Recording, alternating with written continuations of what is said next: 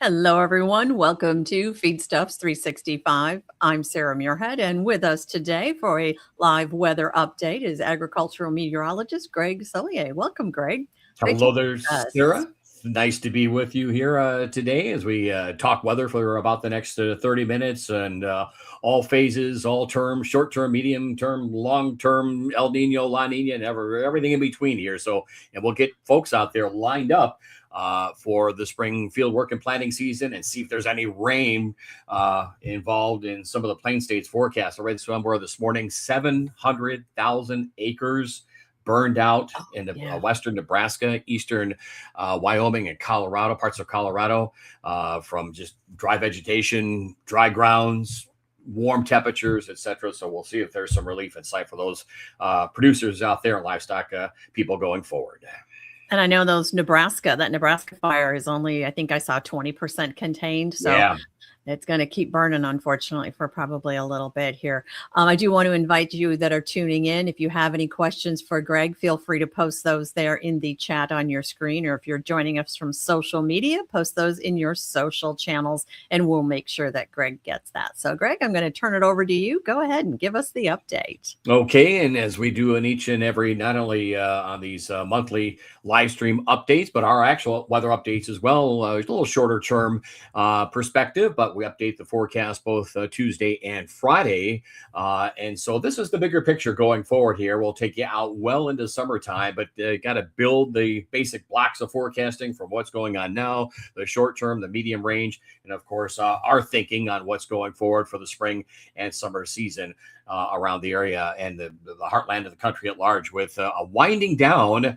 It's a little left in the gas tank of La Nina, but we do see a El Nino going forward here, beginning early to mid-spring, and a rapid ramp-up of it as well. We'll see what that transpires weather-wise, at least our thinking going forward. Anyway, the sun is out, and temperatures are above the freezing mark off the January levels that we've had the past couple of days across the Corn Belt. Folks back west of the Missouri, boy, it's great from an outdoor work perspective, and it is with temperatures of the 60s, 70s west of the Missouri. You might be able to see there, and I should have gotten a more zoomed in better on the satellite picture, but you can see a couple little fragments, what appears to be clouds in the southwest reaches of the Nebraska Panhandle, northeastern Colorado. It's a little muted in the western reaches of the Nebraska Panhandle, but that is smoke being picked up on the visible satellite picture from some 23,000 miles out in space. So it is a big time issue going on there. Some cloudiness across the west. The main weather system is from the weekend is still holding on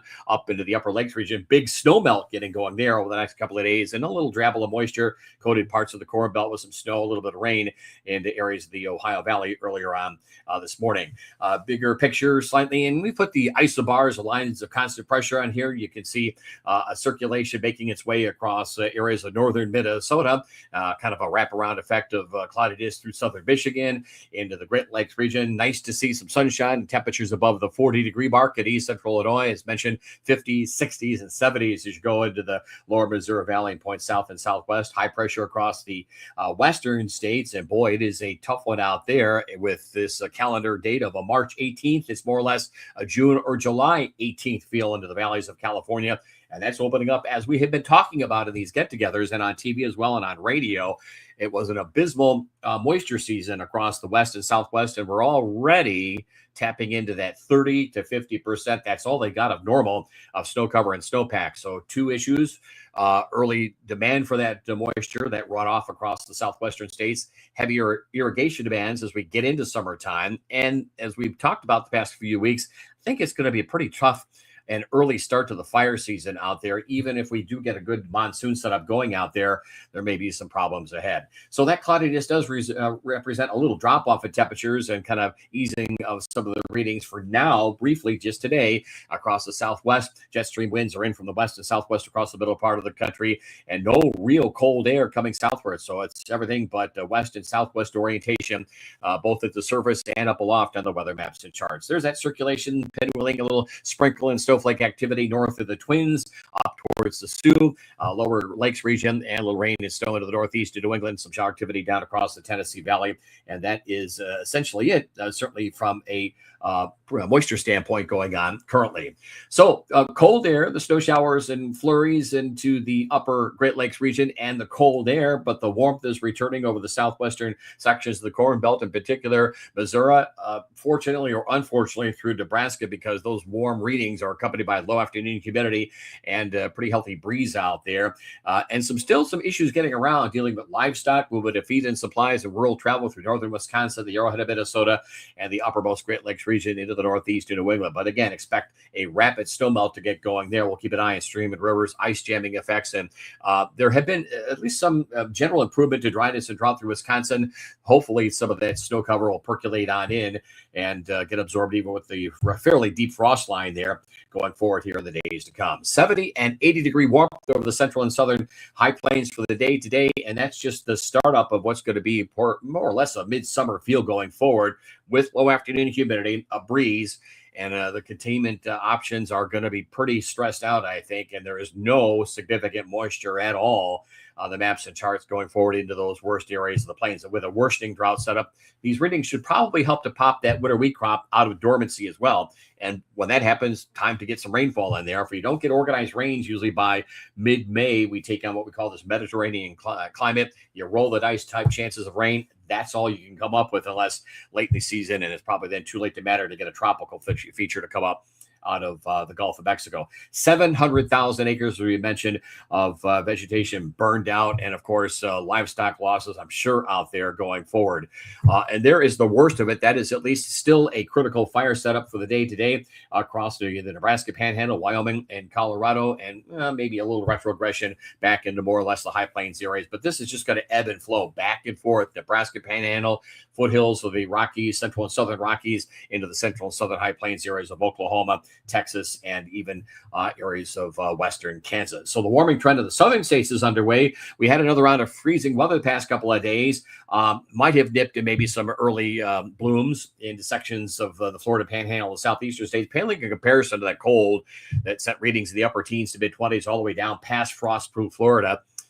Back in January, I think the number that I've been hearing about kicking around is about $1 billion. That's with a B, dollars of losses in the ag economy down there on the agricultural fruit side of things in particular. So we'll see what transpires going forward. 19 yesterday morning at Fayetteville, Arkansas, readings otherwise into the mid to upper 20s down as far south as Anniston, Alabama, and Jackson, Mississippi. Had some snow a couple of days ago as far south as Birmingham. High temps today, you can see it there.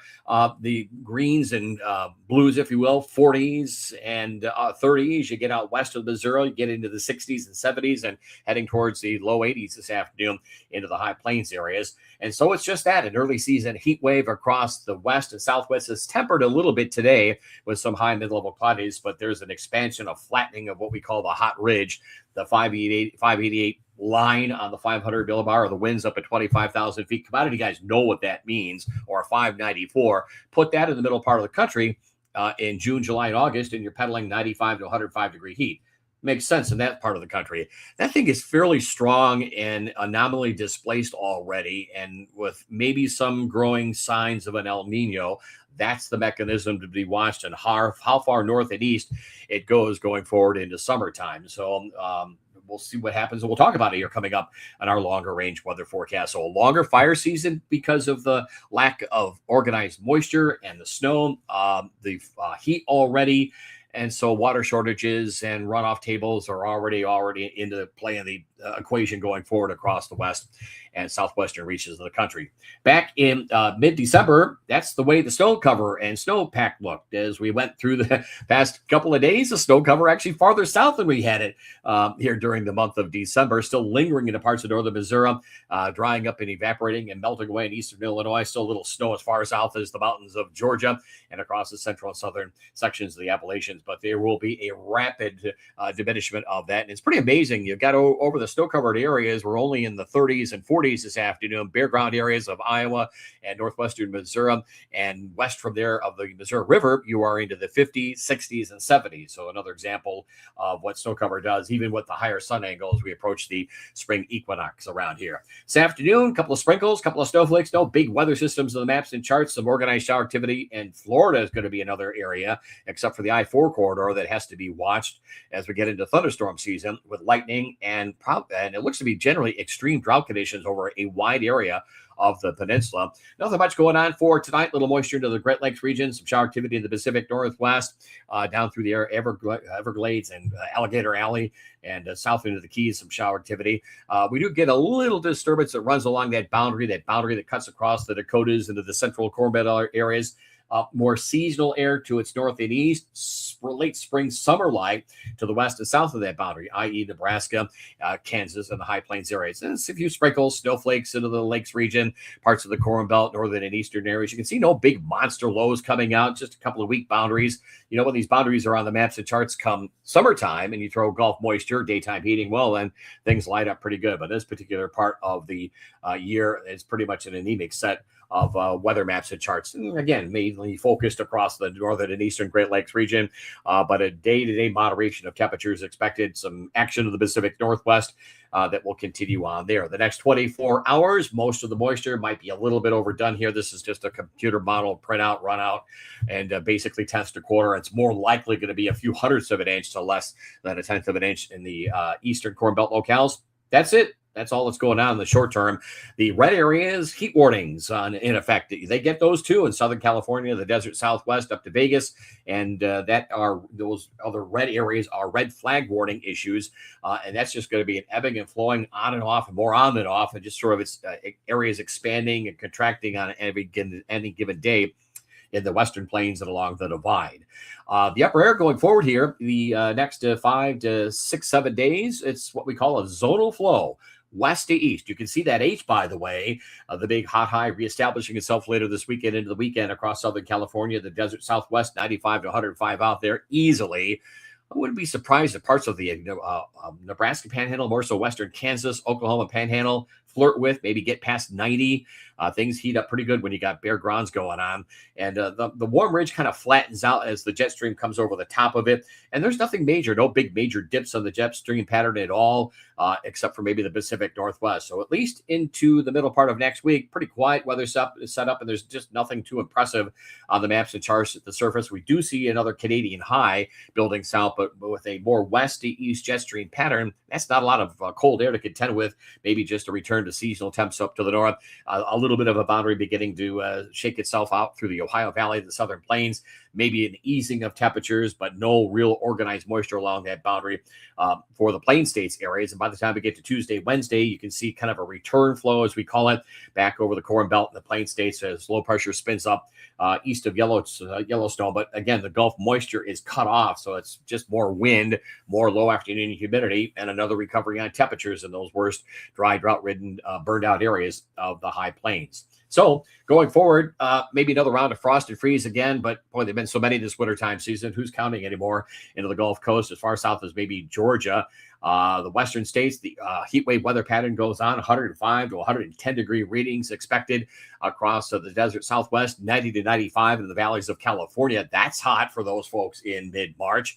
And there may be, again, some 90-degree weather at some point, maybe tomorrow, and again over the weekend, early next week across the High Plains areas. And if you want to head down for spring break activities into Texas, especially western areas, Panhandle, Cotton Belt country, maybe even to the Rio Grande and as far south as Padre Island, 95-degree heat there. And the upper Rio Grande will be flirting with 100. Any precip? Not much to speak of. Just a little drabble of moisture, a little rain, wet snow from time to time, upper Great Lakes into the Northeast and New England.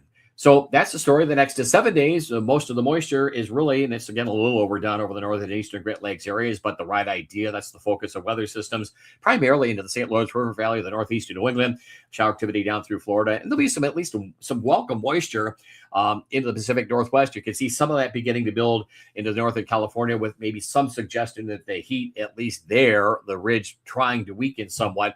where it still remains anchored over the Rio Grande and across the southern states. So not a lot of action going on here as we head through the last couple of weeks of the month of March, and whatever weather systems come on through, caught up in that west to east jet stream pattern. I believe it was early last week, across one of the mountain passes of Wyoming, 123 mile per hour winds. We don't have that setup going on right now, but maybe some gusty winds out around the Yellowstone area and north from there going forward. Temperatures for the looking ahead into the weekend time frame, there are the upper 80s and lower 90s.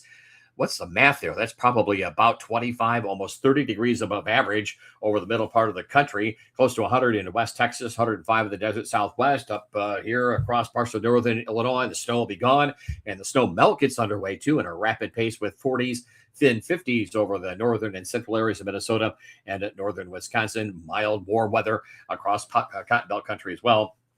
Early next week, we do get that boundary to kind of settle southward, jet stream winds from the west. So there's a cool off, but we're still a little above average, still comfortable with outdoor work in mind, and cool off as well into the plains.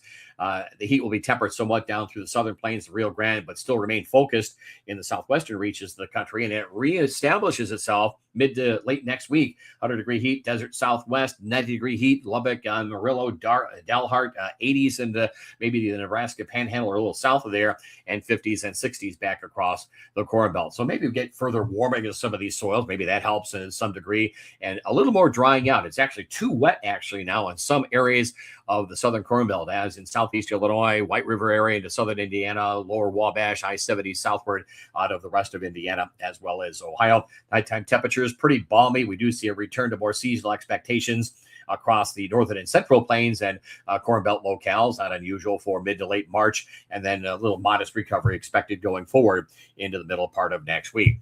There is the December drought monitor, and watch that frame with the beginning of some teleconnection into eastern Illinois, Indiana, and Ohio, and worsening in the Florida Panhandle and obviously the central and southern plains.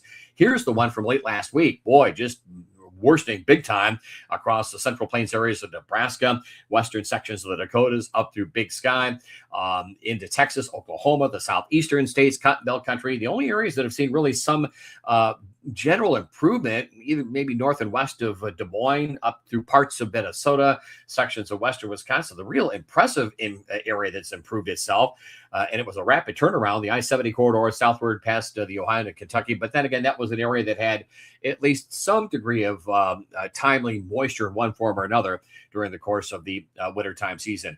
Better, not great. Still probably double-digit totals to get it back to where it needs to be, subsoil moisture-wise, over eastern Illinois, Indiana, and Ohio. Before the rains came through over the past week to 10 days, some of the totals were pushing 12 to 18 inches back starting in January of 20 to 25 to get the soil moisture column and totals back to where you needed to be if you were going to hit the ground running on the traditional planting dates, mid-May into early June across the central part of the Corn Belt. But again, you can see the worsening conditions out through Nebraska, the high plains areas of Wyoming and Colorado. That will not be changing anytime soon. A little closer look at eastern Illinois. Improvement east of Danville, around that good old Beef House area, and western Indiana. Still some work to do through northwest Ohio, the Maumee Valley of northwest Ohio. And here is the look as of March 10th in that particular area. A little smaller corridor centered on or just north of Champaign. And again, a little more work to do in that central area of Indiana and Ohio, but improvement through Michigan and farther south into the southeastern sections of the Corn Belt. That was the outlook from the feds as of late February. And they were anticipating some improvement. Yeah, that's basically come to fruition, but it's not going to happen. Whatever moisture we had was very much early in the period, and we will continue in a worsening mode in moisture, we think, over the southeastern plains. So that looks to be up, but that was at least their thinking. No official endorsement, just showing you what's floating around out there on the internet.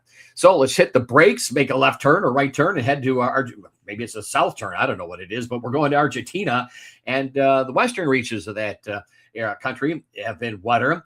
You can see some of the areas around Tucumán and Salta that have had the highest rain amounts. Some of those have been in the 1 to 2 inch category. This is over the past 7 days, by the way. Much drier to the east, not even a quarter inch than that. Temperatures have cooled somewhat, as you would expect for the time of year, with upper 70s and lower 80s. Some areas into the northern reaches were in the mid to upper 80s. But again, that's pretty much par for the course, if not a little bit below average. So no significant stress as it applies to crop conditions as they are winding down out there. Soil moisture deficits continue in Formosa, Chaco, the La Pampa area, Buenos Aires. Really no big change from when we opened up the growing season and planting season there. The greatest improvement has been around the Cordoba area, and late planted corn is doing better with the pickup on moisture across that particular part of Argentina. Showers continue on across the corn and cotton belt areas of central and northern Brazil. Precipitation has been a little more limited over the past 7 days around the Rio Grande do Sul. Daytime temperatures pretty much par for the course, upper 80s to mid 90s. A few spots stayed below the 80-degree mark over the past week or so. Meanwhile, the soybean fields in Rio Grande do Sul, they are in the grain-filled and mature stage. Crop performance, it depends on what crop you're talking about, first or second, and where it played and laid out with regard to the return of some degree of rainfall in any event. And there's also been some talk, by the way, just hearing things on various sources we get around here that there's some element of a disease trying to maybe play out into the soybean fields of Argentina. I may not be completely correct about that. It was very early in the morning when I heard it. In any event, 65% of the corn crop's been harvested, and the rest of those fields are basically in the grain fill stage. So again, yields will be, and some folks have been talking about some pretty big numbers on the corn side coming out of Brazil. It will be all dependent on where, if it's first or second, and when and where the rains played out. Kind of sounds familiar, like we deal with every year across our particular part of the Corn Belt. Next to 6 to 10 days here, a zonal flow, a little troughing, a little bending of the jet stream pattern in the western parts of the country. No big deal, no big cold air sources for now. The next 6 to 10 days, we're kind of back and forth between a little above to spells of springtime. Equinox, by the way, comes to call at 9:46 Friday morning in the central time zone. And there's the next 6 to 10 days. And this is just for equal opportunity forecasts around here. This is the government version. You can pick this stuff off the internet anytime. Pacific Northwest up near the Canadian border, and maybe a little pressure in bringing some moisture back in, probably liquid form over the northern and eastern Corn Belt locales. But again, no help going forward, nothing foreseen. Even my stuff is not real beneficial and positive, and we'll see it in a second. The issues regarding expanding dryness and drought. And I think I just have this gut feel from doing this a bunch of years that it's going to be maybe a little stronger El Nino than we'd like to see. El Ninos in summertime, and they're weak, they're muted. You don't see, and it typically means more timely, beneficial, wetter conditions. I see it's going past that, I think, from our current indications around here. Next to 2 weeks, very little change. You can see kind of a buckle moving through the Gulf of Alaska, the north parts of the Pacific, that trough. There's a little teleconnection flow across the western reaches of the Arctic Circle. Some semblance that wants to maybe try and dig southward, turn the jet stream winds from the Mississippi to the north and turn them in from the south and southwest and put a trough somewhere west of the Missouri. So that would be a little inclination that we may be moving into, and probably will be, from our estimate, into a busier weather pattern as we get into April and beyond. But no cold air for now. You know it's going to happen like in May or Memorial Day weekend, but enjoy it while you may there. The heat continues on. Desert Southwest really should make light of this because we have fire potential, increased dryness and drought, and lightning. And I think when we get to the monsoon season in the Southwest, and it will be an early start to the fire season, it'll be just that, probably making headlines. And we got to keep an eye on Florida going forward as well. They're a little bit more bullish on rainfall over the northern and eastern Corn Belt, not necessarily completely buying into that right now, or down towards the Rio Grande. I'm not exactly sure where that is coming at. That just doesn't make any sense to us whatsoever. So, Sarah, that's the groundwork for now. Here in the next 6 or 7 minutes, we'll take a look at the spring outlook and the summer outlook. So I don't think we have any questions, do we? No questions yet, but I do want to encourage folks to post any questions they might have as we move through the presentation. So just post those there, and we'll get to those as soon as we can. Sounds like a plan. And so, okay, let's go forward here. And these are kind of our homegrown, built our version of forecasting, our approach at it. And so this is all us, and it is on all me. And here we go here. And so far is still a very, very weak La Nina It's winding down. We still got a couple of months to go. I think its direct influences are pretty much evident out there right now as we've transitioned into and will continue to transition into a fairly uneventful weather pattern in the short term. And there it is heading through the rest of March. The heat really focused over the Southwest. It tends to build some tentacles of heat into Nebraska and as far east as the western and southern reaches of the Corn Belt.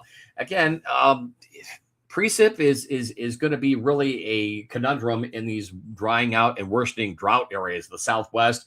I'm a little optimistic, and we'll just go with that for now, but would be surprised we continue with the general trend of below average moisture in Nebraska, those fire areas, and I think they're just only going to get worse going forward. The moisture pattern is conducive and beneficial to the Pacific Northwest. Again, they've been down in the moisture department. Parts of Big Sky are actually okay. Sections of the Dakotas are okay, but we'll continue on with probably limited, if not much in the way of any early season field work over a good part of the northern and eastern Corn Belt locales. Getting into the first part of April, I think as we talked about, we see cold air and some troughiness up in the Northwest Territories. And from our approach around here, we kind of see that beginning to dislodge and move on southward. So we get a trough in the middle part of the country. The heat breaks down back to more seasonal temperatures across the Southwest. Heat as well winds into the sections of the middle part of the country. And this is probably our next best go at it. And I think going forward, April will be the time for whatever we can come up with for moisture in these worsening drought areas of the plains. Folks, I'm sure I'll get calls. I'm out there. I'm in the fields, yada, yada, yada. But it's basically a trend towards wetter, more active weather into the first half of the month of April. Going into the second half, the heat returns, the hot ridge, the trough begins to lift out southwest to northeast. So temps will tend to vary a little bit, close to seasonal norms, some warmth into the southern Corn Belt, warmth into the soils, plenty of opportunity for field work around the showers and thunderstorms over the southeastern part of the country, though cold air abates. And still, we think an opportunity to get some degree of moisture, and it is a long way to get it where it needs to be, but we'll just kind of go on the more positive side of the ledger with at least some shaky optimism either side of I-80 back west of the Missouri. Pretty good confidence through the northern Rockies, Pacific Northwest, the north and eastern Corn Belt, and building southward. So opportunities, again, we'll get it this way for some additional drought relief and dryness relief where we especially need it. It will be that juggling act, need moisture, need to get in the fields, need to get the subsoil where it needs to be, etc. here, and that's the conundrum going into the spring planting season. May is a nice turnaround. That trough lifts on out. The last of it's in St. Lawrence River Valley. Here comes the ridge, and here comes, we think by then, and these are not light switches we throw, but we think the timing into that first half of May is more conducive to what we call a neutral state atmosphere. Water temperatures are back closer to zero, as in no change or where they need to be, not zero necessarily with freezing out there in the Pacific. And some of the indices as well, stratosphere, North Atlantic, Madden-Julian Index, all kind of pointing towards this particular setup. Heat back across the plains, and here comes the return. That's it, by the way. April, if we don't get it in April, that's it in the areas of Nebraska, points on southward. And maybe a little better opportunity as we try to hit the ground if in the more traditional planting dates. Evidently, there's two planting dates they deal with in East Central Illinois. You try to get out there late March and April, or the usual stuff into May and early June. So there's the outlook for the Corn Belt locales into the northern and eastern areas. A little troughing back in the second half of May, temps about normal. Don't see any late season frost or freeze. The heat is building along the divide, still warm. And if you can get soil moisture back, but I don't think that's going to be the story either.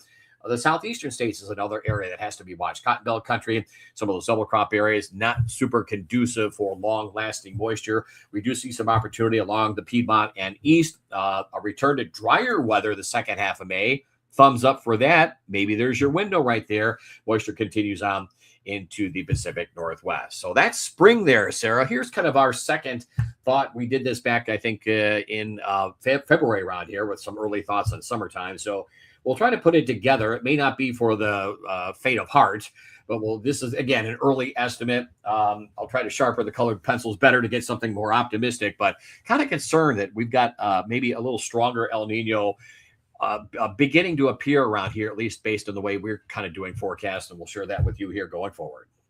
All right, let's get into that. That's something I think we all want to hear. Yep, here we go. And that is the story in June. So if you're okay in soil moisture, you got it in the ground, it'll be hopping and a popping, lickety split. Problem is, don't think we may get soil moisture back to maybe 10 or 15 or 20 or 25% of normal in these plain states areas. The jet stream is lifting north. There's still a propensity for these cool air pockets and these convergence zones. Northeast winds on a cool Canadian highs over the northeastern New England, Great Lakes region. Low level winds in from the south, so you get the air to pile up. Jet stream blows along it. You get thunderstorm clusters, and that's the way you make rain.